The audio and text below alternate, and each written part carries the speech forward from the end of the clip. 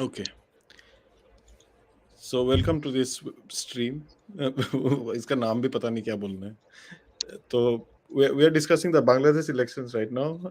So let me give you a pretext to this discussion that we are having. So, despite numerous instances of pre-election violence, uh, including many incidents in the last 24 hours, where uh, polling is currently underway in Bangladesh across 299 constituencies out of 300, and there are almost around like 12 crore registered voters, and the polling will end at 4 p.m. today, and subsequently there will be counting of votes. The news right now is that Prime Minister Sheikh Hasina has cast her vote, and she is poised to win a fourth consecutive term because the main opposition party, Bangladesh Nationalist Party, has boycotted the elections. And as we know, the politics of Bangladesh in the last 2 or 3 decades has centered around these two influential women, Sheikh Hasina and Khaleda Zia. And the BNP, which is boycotting the elections again, is asserting that the entire process is manipulated. But the real question will come regarding these elections is actually the turnout of the election, and because probably the outcome is a foregone conclusion. So right now, given this, there is the international scenario where BNP has claimed that over 20,000 of their supporters have been arrested and detained, and Western India and Western governments alike have uh, contested the fairness of the elections, and they have issued or threatened to issue sanction against individuals who they believe will interfere in the elections, all of whom are associated with Hasina. And there have been multiple reports, especially in the New York Times, about human rights violations. Russia and China, on the other hand, have warned the US against interference. But I think China's role in the election is more complicated. It's just because of the nature of the politics in Bangladesh, where obviously the ally Pakistan would want BNP to come to power, but they do not also want over interference of the US uh, and subsequent shifting of BNP to the US side. So regarding this, this is the context, this is the subtext. So we'll probably have a small discussion on what these elections look like. The outcome is something which is already decided in one way because the main opposition is boycotting it. So we have with us Saint Suba, who is a three-time MP from Tilpur. So Saint Suba, what do you think about Bangladesh elections? I just begin with a correction. I'm Saint Subba of SSC, and yeah, and yeah, I think you set the context quite right that the results of the elections are a foregone conclusion, and yet, despite that, it's been very consequential elections in Bangladesh. This is the second, probably in the last 10 years, this is the second election which is boycotted by the main opposition party. I suppose the last election did happen in 2018, in which the BNP had participated. And in this election, of course, there's no major opposition party with the exception of the former military dictator General Ershad's Jatiya Party, Yeah. which is just a So cluster of the. we'll come to Jatiya Party in a bit. So this is one of the most interesting parts of the election. I Mhm. wanted to discuss this later. So we'll come back to Jatiya Party again. Sure. But one more thing that I wanted to add about the BNP Mhm. is that even in the last elections when they had participated, the BNP failed to win even double digit of seats. I guess Mhm. they won Mhm. almost around 7 seats Mhm. on their own. Right. I mean, there have been certainly that the elections which they are contesting this time are also something which is widely the electoral contests are being widely contested. And that's a fact with Bangladesh democracy, not for this election or the election before, but has been a constant feature of its democracy ever since the military dictatorship was withdrawn, right, which happened sometime in 90s. So ever since 90s, there have been general allegations of election rigging, which has happened, and also a Against wide both parties as well. It's not. against both parties. That's right, against both parties as well. Widespread, but even so, I would say that this particular election is consequential for Bangladesh, especially in the rise of. So, how I was actually intending to talk about is that I could first talk about this present election and the backdrop of the last three Sheikh Hasina governments, right? So, I think she came to power sometime in 2006, and there was a caretaker government for some time. And we'll also talk about what the caretaker concept is and how this has actually phased out. The last three elections have phased out for Bangladesh, and then we could also discuss something about the history of elections in Bangladesh as a whole, right? And who were the Yeah, primary yeah, yeah. stakeholders. So I think we can start with the history of elections, right? Before we jump into this election, because this election itself is not really the story. The main story is basically the background around the election, Mhm. and what the future holds, and what are the indications for the future, right? And given one major component of this is that the uh, Bangladeshi voter between the ages of 18 and 30, there are almost a third of the voting population. And as you have an older generation, for example, voters aged 18 were born after the 2000s, and even someone aged 30 was born around 20 years after Bangladesh's independence. So a thread between that independence struggle, and especially for India, it holds a lot of one might be very curious about what the new trend of voters in Bangladesh will be like, and especially when the thread with the independence movement is slowly disappearing because of various factors, also because of generational change. That's true. In fact, as you rightly mentioned, that the voter demographic profile has changed, including and also in addition to the demographic profile, in addition to the age profile, the demographic profile, the religious composition of Bangladesh has also changed significantly. One would almost say that it has changed almost to uh, for want of a better word, to genocidal proportions, right? So at the time of its formation, Bangladesh had about 22% Hindu minorities and about 2% other minorities. Currently, Bangladesh has a population of which Hindus constitute less than 8% as minorities. So there's a significant, and that's about, we're talking about the statistics in 2022. Right, so that's a significant decline in the share of minorities as a population. So certainly, both the age profile of the voters have changed.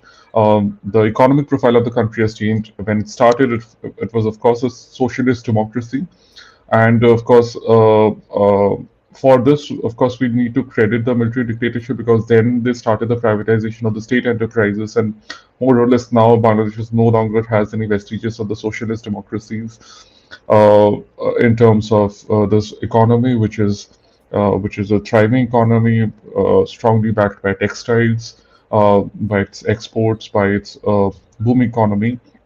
So there has been a marked change in the communal in the demographic profile of the state, in the age profile of its voters, and also the economic outlook of the country, which primarily has happened in the last we should say in the last decade, or more than the last decade, last 15 years of Sheikh Yeah. Hasina's So rule. brings us into this new present context where there has been a new spate of radicalization in Bangladesh, Hmm. and even Hmm. the Awami League, which is basically a coalition. The Grand Alliance is a coalition of Awami League with the communist parties, the Worker Party, as well as some other small communist parties. But they also have in their coalition a very fundamentalist right wing political party, which is opposed to the BNP because of some political compulsions. But the Awami League also has to pander to some of these right wing extremists in Bangladesh. That is true. In fact, it has a very interesting point actually, and this has been the underpinning of Bangladesh politics for a very, very long time, probably since its birth, right? So, but things are much changed now. So, since its formation in 1971, the primary voter pattern. Okay, I should mention that when Bangladesh was formed in 1971, the Awami League was the governing party. And just to set the context, right, in 1973 and okay, I think it was 1974 when they actually imposed a single state, single party rule in Bangladesh, right? Yes. Following Yeah. which, so the BNP, of course, came later after the assassination of its founding father, Sheikh Mujibur Rahman, and then Ziaur Rahman, who was a major general in the army. He actually, so there was an intervening period of coups and counter coups, and then after which Major General Ziaur Rahman became the president of Bangladesh. So after which the BNP was founded by Ziaur Rahman. So he's Yeah. the founding father of that. There's also certain other political parties, and I'm just talking about a little about the how they came into being, right? So there's also another component which is the Islamist party, primarily the most important of which is of course the as we know is the Jamatul Islami, Jamaat right? Islami. Yeah. The Jamatul Islami, and but it's not the oldest Islamic party in Bangladesh, right? So because Yeah. of its dominant, Obviously, Bangladesh also had its splinters from the Muslim League. They still have a Bangladesh Muslim League, which is a small political party that operates, but it's not very influential right now. right. So primarily we Awami League, it's the BNP and also BNP's ally, current ally, which is Jamatul Islami. These are the three political parties, and then later when Ziaur Rahman was also assassinated, then General Arshad's party, Jatiyo Party, which came up into being, and a host of other various Islamic parties. The most interesting part of Bangladesh politics is that as of now, as of today, about according to one analysis, out of 71 electoral parties, 61 actually have are Islamist parties or have some very strong affiliations with any Islamist group. Right, so it's not a fringe. It's no longer a fringe segment in Bangladesh electoral politics. They're very much a significant part of Bangladesh electoral politics. Now, the interesting thing is that when Bangladesh was founded, at that time, I mean, sorry, the later part of it, after Sheikh Mujibur Rahman's assassination, uh, the main electoral campaigns were around pro-India and pro-Pakistan. So Yes. the Awami League would call would paint the BNP as pro-Pakistan, whereas or the pro-anti-independence group, whereas the BNP would term Awami League as a anti-Muslim, pro-Hindu, and pro-India group. So that used to be the standard, electoral campaigns, the substance of their electoral campaigns. Much more recently, if I talk about that's in the late 70s, we are talking about, cut back to today, back in 2018.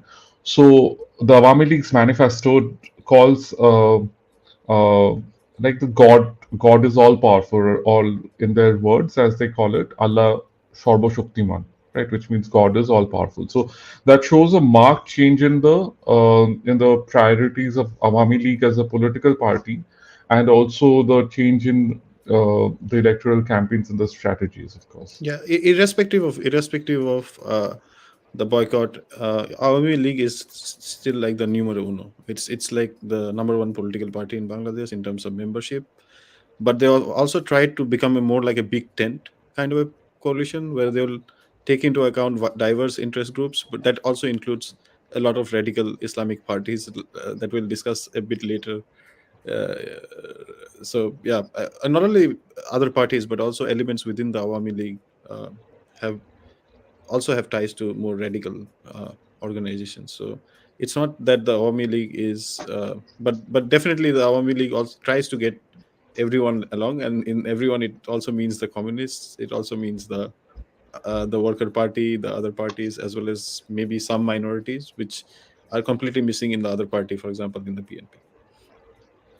That is true. In fact, that has to do more with the Awami League history. And if we Yeah. talk about it's the party currently is actually circulates around the cult of Sheikh Hasina. So she Yes. has been Yeah. in, she first became the prime minister in 1996, and she was sworn in for a second term, I think, in 2006, and with a brief hiatus in 2006 after the fall of the BNP government. Yeah. Right. So more or less, it has been a until then it was actually an alternate phase.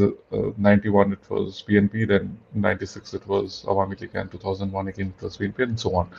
So the main aspect of it is that uh, Awami League or its secular credentials. Of course, to be fair to the Awami League, it's not that they had completely given up on its secular credentials. So, if we talk about in early 1970s, in fact, in 1971 when the country was formed, and in 1973 when it was, I think its constitution was, sorry, in 1971 when the country was founded, and then since then it identified itself as a secular republic, right? Yeah. Then cut back to Ziaur Rahman's time after the assassination of Sheikh Mujibur Rahman, and then Ziaur Rahman primarily positioned Bangladesh as a state which would promote Islam, which would be run by Islam. However, he did stop short of actually declaring Islam as a state religion. That happened sometime later after his death, and with the coming of the military dictatorship of General Ershad. So when Islam became a state religion. Now in 2000, and since then it has been a constant dalliance with liaison with these Islamist groups. Now for Awami League has certain compulsions while dealing with these groups. While it has always been a forefront of its campaign has been on the amnesty that was given to this to what it calls the Rajakars, right? The people who had collaborated with the Pakistani army to inflict a lot of atrocities and carry out the worst form of violence in the subcontinent, in Asia, probably in the recent decades. So that has been a strong underpinning of its campaign. So for Awami League, with the the turning point for Awami League was actually the long period of dictatorship of General Ershad. That was the time when Bangladesh, in fact, it did start with Ziaur Rahman, of course, but that was in the time of General Ershad when Bangladesh actively quoted the Islamic parties. I should give a very interesting instance of that. So, the third party, which was Jamatul Islami, right? So, its founder was actually not a Bangladesh citizen, also. His name was, I think, Ghulam Azam, right? I may not get the name correct. So Ghulam Azam was not. I just want to focus on Jamatul Islami for some time, just to bring into perspective the role of the Islamist parties, right? So the Jamatul Islami, as I mentioned, is not the oldest Islamist party of Bangladesh, right? So yeah, there's an even older party which is Jamatul Ulema ul Islami, right? The Jul, as we call it, the Zui, Yeah. if to use a familiar word for us. So the Zui was actually an older party, but of course Yeah. it's not a predominant one. The predominant one is actually one which was founded by a Pakistani citizen. Even so, Ghulam Azam, when he actually had with the coming of the Awami League government, he actually escaped from Bangladesh. He went into Pakistan. He was given Pakistani citizenship. He had Pakistani citizenship. Then, with the death of Mujibur Rahman, he came back to Pakistan, and then for a very long time, even even during Ziaur Rahman's period, or even in General Ershad period, he was not given Bangladeshi citizenship. He got it only much later in the early 90s, I suppose. So even it's the Islamist movement and was actively supported and founded, in fact, I should say, by Pakistan, of course. Yeah. Yes, And but yeah, but that also brings us to the other event in Bangladesh's history, which is like the judicial sentences of some of these pro-Pakistan activists, and their subsequent hanging and the politics around that.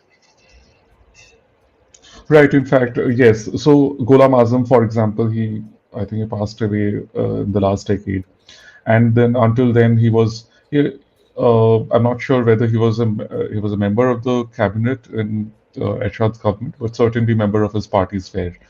And Was it Ershad or was it in Khaleda Zia's cabinet? Khaleda Zia for sure that Yeah. they were in power. For okay, the interesting part is that both General Ershad's party, which is the Jatiya Party, that's a primary opposition group now contesting the elections. Yeah. So the Jatiya Party was an actively Islamist group. It had quoted Islamic group much more intensely than than Ziaur Rahman's BNP did. Right. Uh, in its initial phases, of course, I think 1982, 83, 84, and that was a period when it actually had a very strong bonding with the Jamaat al-Islami. Yes. For some reason, and I'm not sure what those reasons are, there was a fallout between these parties, uh, as we call that narcissism of small differences. And the Jamatul Islami then, of course, took a stance on the democracy side of it, right? Yeah. So democracy, of course, on the face of it, and then it allied with not just BNP but also with our Awami League also, not political alliance but also an alliance of convenience to overthrow the Irshad's party in 1990, right? Yes. When we Yeah. know that democracy was restored in Bangladesh. So since then, of course, uh, the Jamatul Islami has been it's not that it has been in very good terms with the BNP or even with the Awami League after that. It has its own student wing. It's a cadre-based party. It has its own student wing. I think it's called as Islamic Chhatra Parishad, one of which roughly runs a reign of terror in the Bangladesh academic institutions as of today. Both these parties, both BNP and Awami League, also have their own.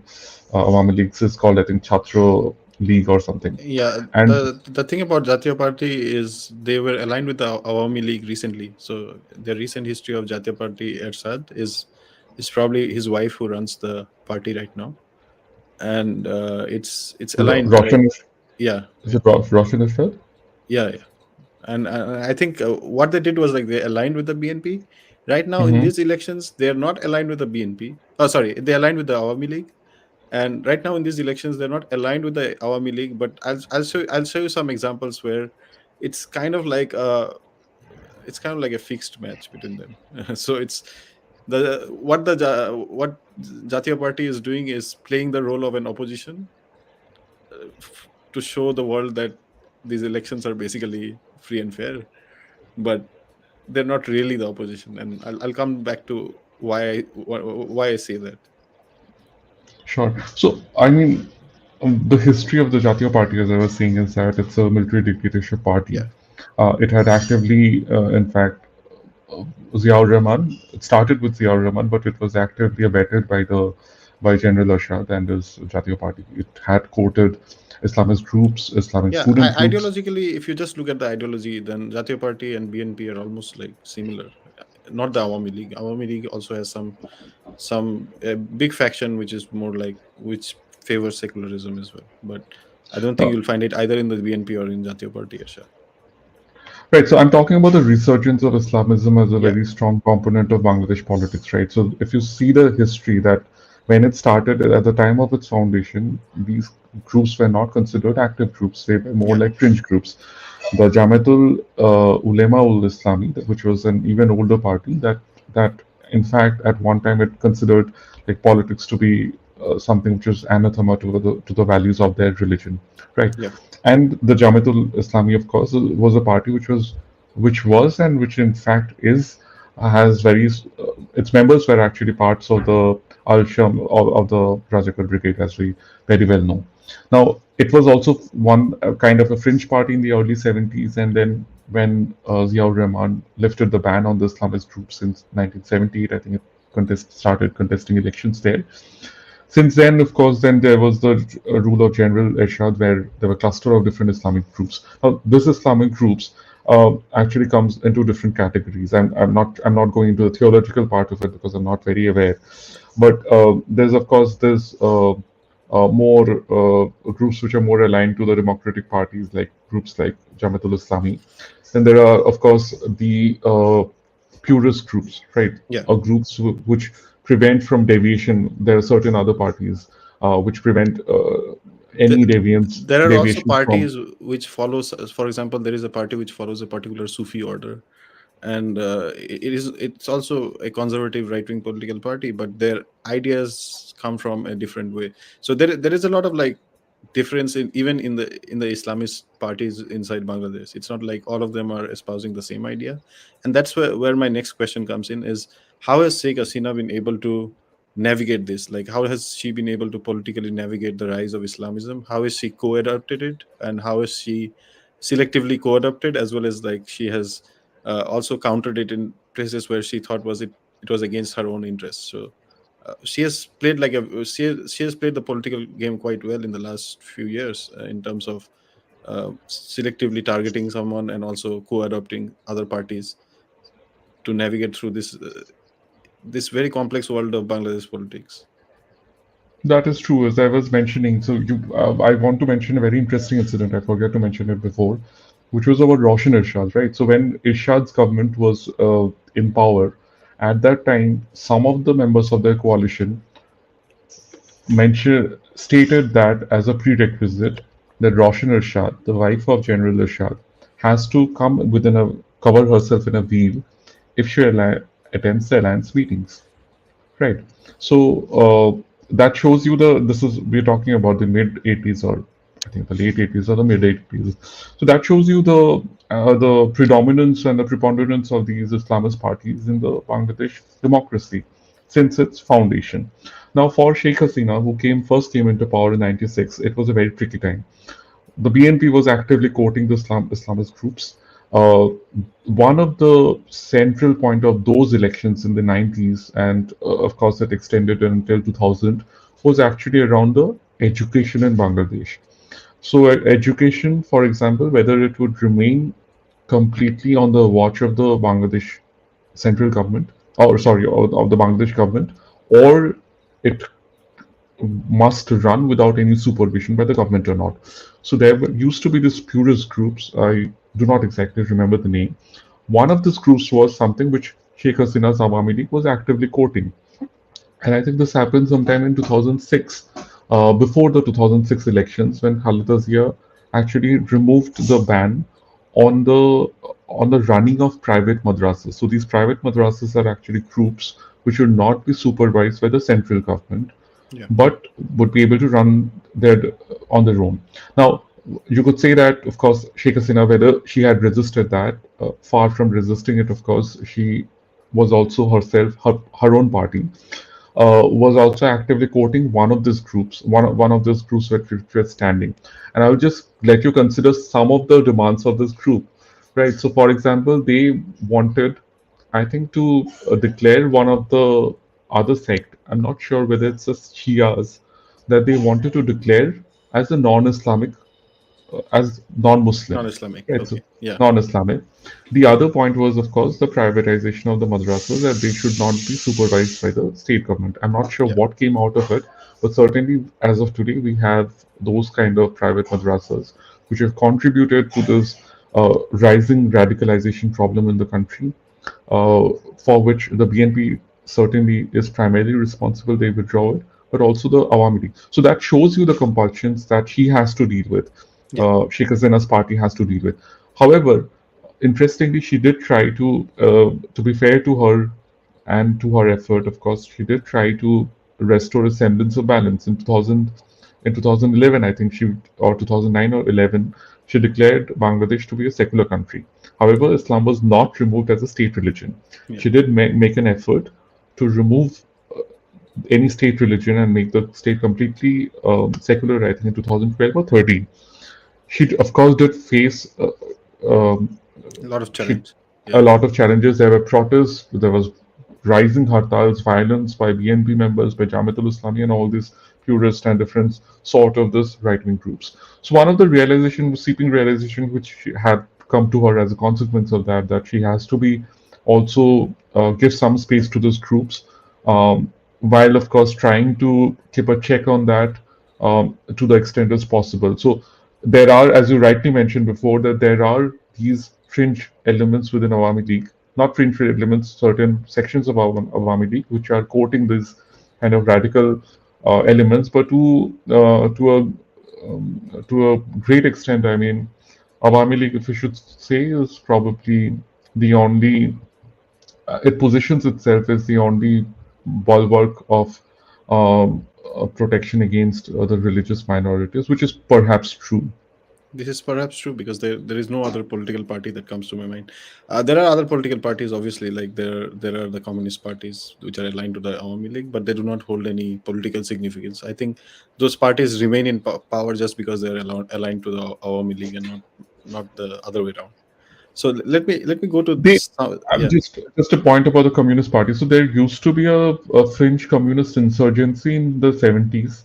yeah, At that time, they were actually vying for space in the radical insurgency segment with yeah, these Islamic groups. But then, of course, there were certain Islamic groups which were founded only to eliminate these communist groups, right? yeah, So there used to be some Maoist yeah. Chhatra, yeah, So groups at that time. let us go to this. I have some. Let us go to some uh, interesting facts about these elections. Let me just bring these slides on stage. So let us go through this really quickly. These are basically this is basically the composition of the alliance, right? So what you can see is that Awami League is contesting almost 263 seats, and the whole alliance out of 300 they're just contesting 269. So there are seats in which they have actually not contested a lot of people from Jatiya Party Irsad. And I'll come back to it in the next slide. I'll show you how it works. So if you see the Grand Alliance, they're still in alliance, right? And but they do not always seat share. There are a lot of seats in which there are like multiple contests, I guess. Especially if you look at under alliance, they're contesting far fewer seats. But this just means that, but it's just like a, if you look at the alliance, the Grand Alliance, right, it has Awami League, it has the Workers Party of Bangladesh, which is a left wing, far left communist party. They have a Jatiya Samajtantrik Dal, which is basically a socialist party. But there is another one called Tariqat Federation, and this is basically a right wing Islamic group, uh, which comes under this Maiz Bhandari kind. There is a sect of people there who come under this. Probably it's the name of the Mezbandari is probably the name of a Sufi sect. And there is a Monju Jatiya Party, which is like a breakaway faction of Jatiya Party. And then you have this funniest party name called, it's the basically the Communist Party, Marxist Leninist Borua. And this was probably the, One more Marxist angel in the pantheon, right? Borua. yeah. And then you have the Jatiya Party, and they're contesting 286 seats. They're in fact contesting more seats than even the Awami League. And then this is the funniest part. They also have a Trinamool, and it's called Trinamool BNP because the BNP is boycotting. So there is a breakaway faction of BNP which is contesting the elections, and it's basically Trinamool BNP. That So is quite interesting. In fact, I'm not particularly aware of the manifesto or the party programs of the individual I think parties. most of them are right-wing parties. Awami League is more like a big tent, left-leaning party in some ways. Mhm. They're not really left-leaning in terms of economic policies. I think they might be, they're not really. They're more like a big tent party, right? Like they're not really a it's like Congress in India in some ways, but of course the political contours are different. So I uh, should say that actually, I would certainly I would somewhat disagree with that. Not disagree. I'd say that what you're saying, if that statement would have been made in 1970s, that would have been probably untrue. yeah, Right, and I'll say what the reason behind that is. The Awami League was actually at that time was principally a leftist yeah, yeah. party at that Uh, time. It The used to be, BNP on the BNP on the other hand was a Big Ten party. Of yeah, course, when we talk about Big Tent in India and when we talk about Big Tent in Bangladesh, there's a wide difference there. yeah, In Big Tent in India would mean like group of centrists and then right wingers and communists within the same tent, right? And for yeah, Bangladesh, it means various things. So in BNP, if you it was founded as a Big Ten party because did not have any ideology of its own. yeah, Right? It had pro-China leaders, it had pro-Pakistan leaders, it has people who had actively prosecuted the violence in the run-up to the 1971 war. It had members of the Rajakas. It had members. It had a lot of leaders from the military. The bureaucracy was mostly run by the military. The public sector enterprises used to be run mostly by the military leaders and so on. So the Big Tent party for Bangladesh in the 1970s would be uh, the the BNP. Of course, it was some various shades of Islamism that you will see in that Big Tent party, rather than any streak of centrism or let's say leftism that you would see there. Yeah, the Awami League was predominantly, when it was formed, it was a left wing political party. But I think over the ages, it has, in terms, especially in terms of economic policy, as well as courting some of the Islamist forces, it has definitely taken a right turn. But you can't really call it a right wing party as well. So it's like, it's at this point of time, Awami League has become more like a party which takes into account diverse interest groups within Bangladesh.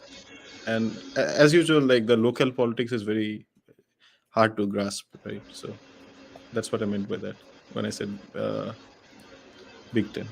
So if you go to some of the interesting candidates, so what I saw in this election is that Sheikh Hasina is probably the most number one candidate that we're looking at, and she's contesting from Gopalganj 3, where the Jatiya Party Ershad has no candidate, right? So they've not put up a candidate that against her.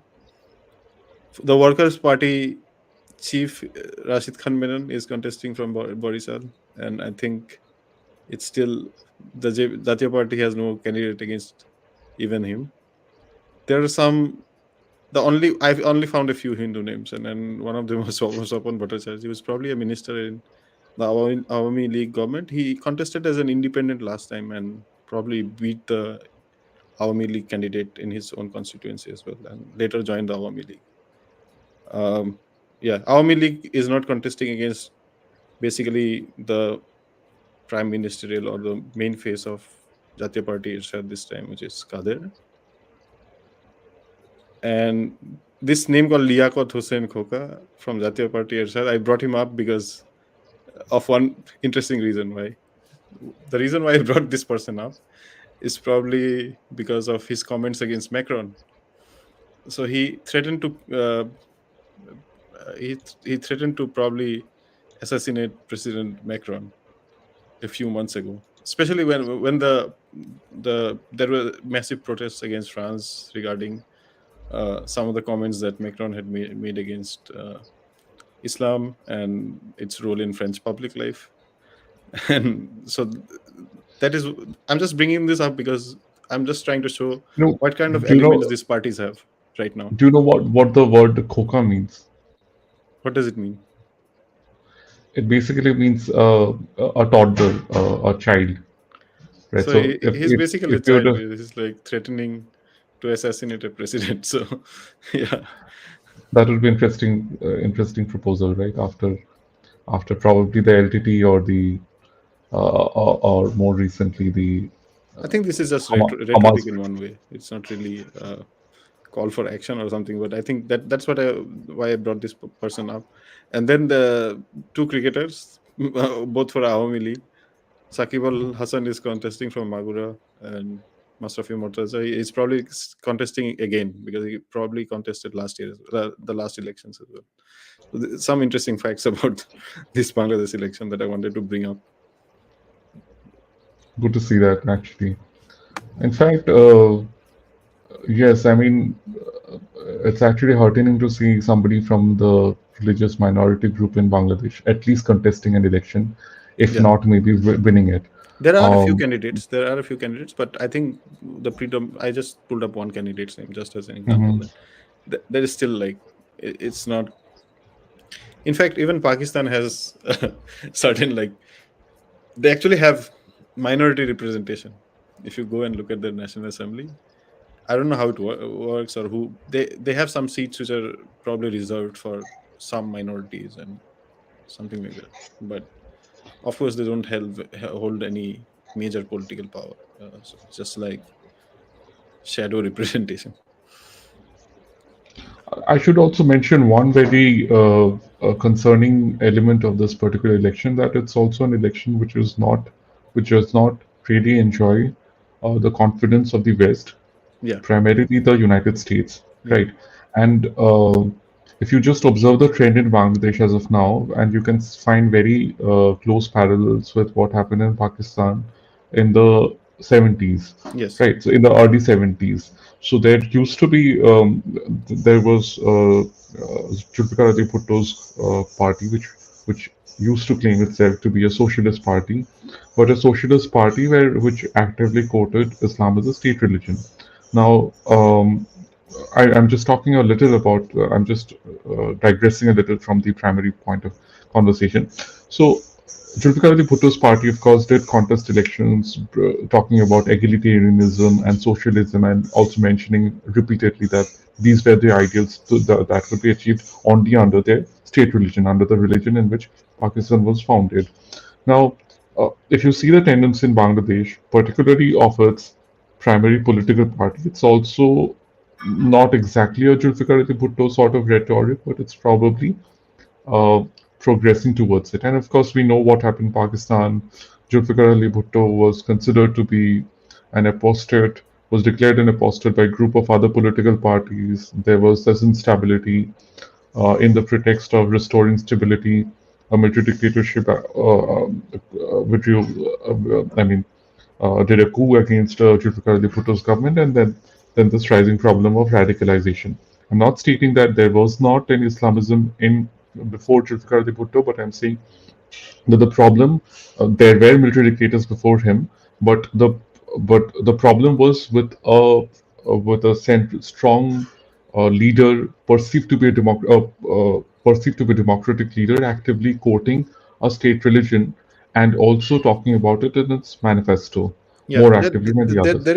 there is recorded evidence that Bhutto, if at all, like once he was quoted by Ayub Khan, was the one who brought more radicalism into Pakistan's politics. So uh, I think Ayub Khan had to rely on Bhutto in one of his elections to get elected. One of the sham elections that they held even during dictatorships, right? So although a lot of people suggest that he did not have to do that, it unnecessarily propelled Bhutto to power. And a lot of people talk about Zia being the driver of Islamic fundamentalism in Pakistan, but actually it is Bhutto. So yeah, Absolutely correct. Absolutely correct. In fact, I mean, we should certainly not discount the role of Zulfikar Ali Bhutto. But I was only drawing the parallels between Bangladesh of present day and also Pakistan in 1970s, where this yeah, supposedly democratic parties actually supposedly democratic party led by an Oxford educated, right, one of the most educated political leaders of this entire subcontinent in the last probably 75 years. yeah, Right, was Zulfikar Ali Bhutto. Almost no other, if you just see, no other political leader can actually vie with Zulfikar Ali Bhutto in terms of academic credentials. yeah, So there was this political party which was actively quoting Islamism in some form or the other, was actually actively, was also driving a very strong rhetoric against the religious minority groups. And if you see the tendency of Bangladesh is towards that, right? So we know yeah. that there cannot be probably any you cannot have a moderate Yeah. sectarian group, right? You can only have various shades of I think the sectarianism. parallels are very interesting because Pakistan was also going through a period of good growth, right? They grew very well in the 50s and the 60s, and they were on the path where probably like few decades would have propelled them to a very reasonable economic status. So I think that brings us to Bangladesh because Bangladesh has also seen unprecedented growth in the last 20 years, but that has also seen we are now at a phase where there is also rising fundamentalism, and how the country copes with it and how it comes out of it is something very concerning, especially from an Indian point of view as well. Yeah, I think I fully agree with you on this, that we are at a cusp of fundamentalism versus growth kind of phase. And Bangladesh also has seen some economic woes in the recent past. It's There might be mild hiccups right now, but there are certainly interesting times ahead. Let me just go through a few tweets to just go through the world scenario and what's happening. And yeah, so basically, the BNP, the Awami League is dismissing the boycott by the BNP, and they say that obviously like, there is an element of truth on both sides in one way, because the Awami League has put its foot down as well, but the BNP has also indulged in a lot of violence in the run up to the polls. And I think, yeah, Sheikh Hasina has cast her vote. This is interesting that it comes from a former Indian diplomat. And the thing is, when the US interferes, for example, when the West interferes, it is probably right in calling the Bangladesh elections not free and fair in some way. But when it comes to Pakistan, the State Department has said that it is up to Pakistan to choose the government, and that's what Kamal Sibal is kind of pointing out the hypocrisy in it. That, but I think this is not something which is new. It has happened all the time, and I think it's not that US is only allied to, or the West is only allied to democratic countries. So this is basically the rhetoric that has been going on. But in one way, the US has not been successful in convincing the BNP to contest the elections. In fact, this is a very concerning state, as I was mentioning, the parallels between Bangladesh and Pakistan, right? So the US not backing up the elections in Bangladesh is pretty much concerning. It probably might back, but I'm saying that it's certainly not something. It's not very encouraging the US stance towards Bangladesh, and that's alarming for various reasons. Uh, First is, of course, you have the opposition group and actively a clutch of radical groups, which has boycotted the elections, has been abetted by US, and it should be remembered that BNP was founded, of course, and was actively backed by US in its early 70s. So ever since then, the US has backed BNP as the primary safeguard of its interest in the Bangladesh. Now, of course, more recently, Sheikh Hasina has been able to strike a good balance in her foreign policy the competing between the competing priorities of this large groups like the West or China or India, right?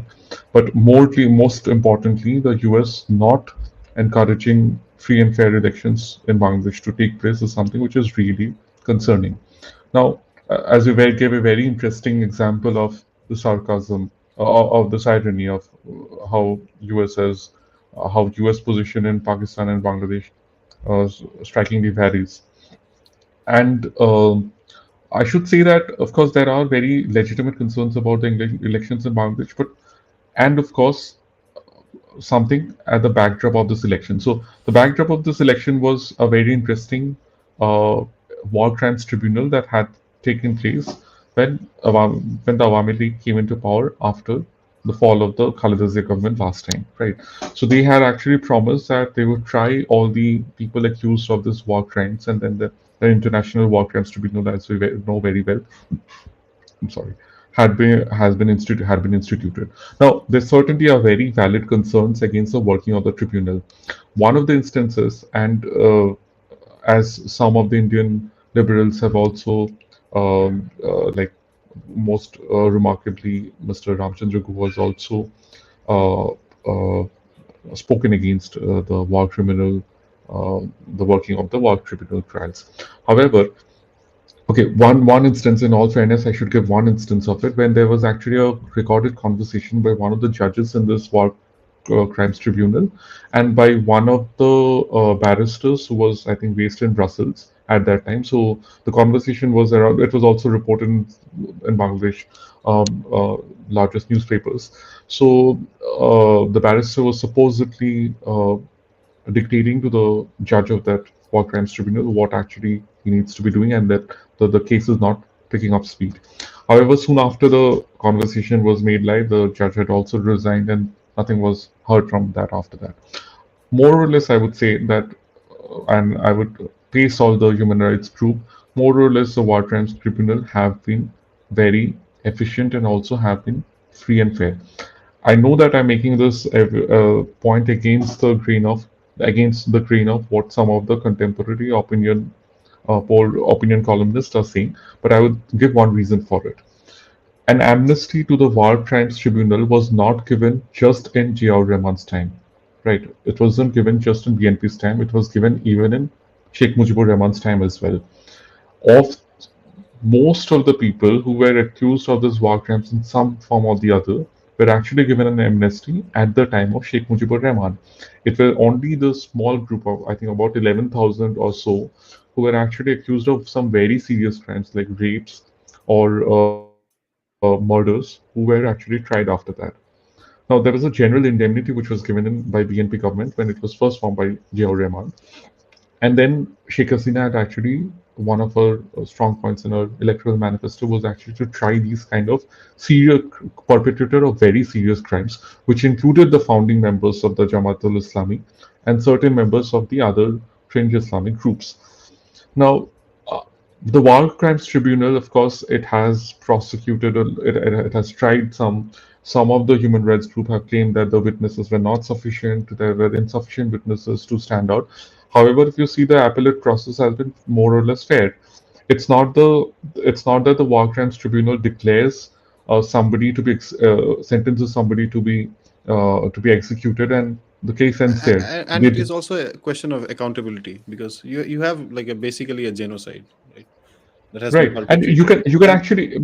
And you can actually appeal the sentence in a higher court. So they yeah, have the provision to appeal in a Supreme Court, which has been more or less been fair throughout the elections, even before that.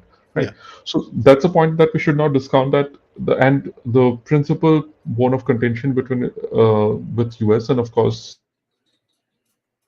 some of the other countries of the the West BNP. has been the functioning of the International War Crimes Tribunal. Yeah, yeah. I think you raised a very good point here. So just to end this discussion on the elections, this is something interesting opinion coming out of Pakistan, right? And I'll show you the hypocrisy in this. So Mohit Pirzada is like one of Pakistan's leading intellectuals, and what he has said is that the Bangladesh elections are a sham, and what he means to say is that a similar model will be replicated in Pakistan, where a government will basically be run uh, from New Delhi. But I think the interesting part is that the US is calling these elections a sham, but the US is also backing elections in Pakistan, where he probably favors Imran Khan. So that, that, this is obviously like building castles in the air. It's probably not. I don't think India is in a position to kind of run a government in Pakistan at this point of time, even if it is like a Nawaz Sharif government, or it's just who the Pakistan army wants. So I think they're trying to drag India into this, but I think India has a very careful balancing act in Bangladesh to do. Uh, they cannot. Obviously, they will favor Awami League to come back to power, because Sheikh Hasina has been more or less positive from the Indian point of view. But this kind of like conspiracy theory is funny. It's always interesting to get a Pakistani perspective, especially when their primary leader of opposition is inside the bars. The Yeah, primary leader of opposition for Bangladesh is not inside the bars. We do not forget that. yeah. I Right. think it's always interesting to bring a Pakistan perspective into anything that is happening around India or Bangladesh.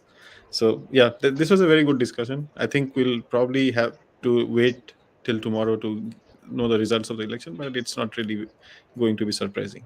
What's going to be interesting is what happens after the elections, and especially during today, there have been incidents of violence which have been reported. The scale of these incidents, the voter turnout, as well as what happens in the next 1 or 2 years, especially given that the West is not very happy with Hasina right now. But I think the West will do a great disservice even to itself if it tries to interfere.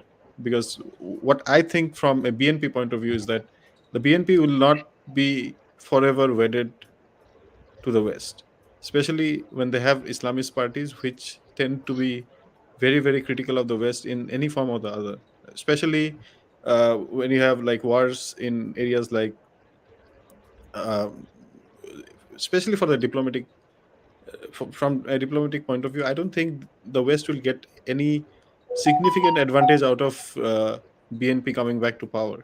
So I think the way West is playing its hands in a short term basis, but if they look long term, then the careful way in which Hasina is balancing Indian and Chinese interests probably will suit them as well. But right now, if they disturb the status quo, they also risk the entire country falling into the hands of China, because like BNP also has like very strong Chinese proponents inside its ranks.